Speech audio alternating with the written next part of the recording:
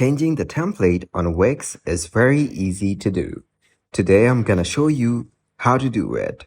First, go to the Wix website and log into your account using your credentials. Once logged in, you should see a list of your website. Then click on the website for which you want to change the template. This will take you to the site dashboard. In the site dashboard, you will see an option to edit site or go to editor. So click on this option to access the Wix editor. In the Wix editor, click on the site menu in the top bar. Then select Change Template from the drop-down menu.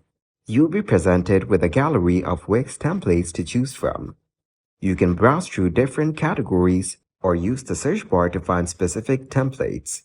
Click on any template to preview it. This allows you to see how your content will look with the new template. Once you have found a template you like, click on the Choose Template button to select it. Wix will ask you to confirm your choice before changing the template.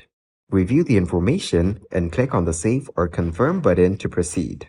After selecting the new template, you can customize it further using the Wix editor. You can add, remove, or edit elements, change colors and fonts, upload images, and more to make the template your own. Once you're satisfied with the changes, click on the Publish button in the top right corner of the editor to make your new template live.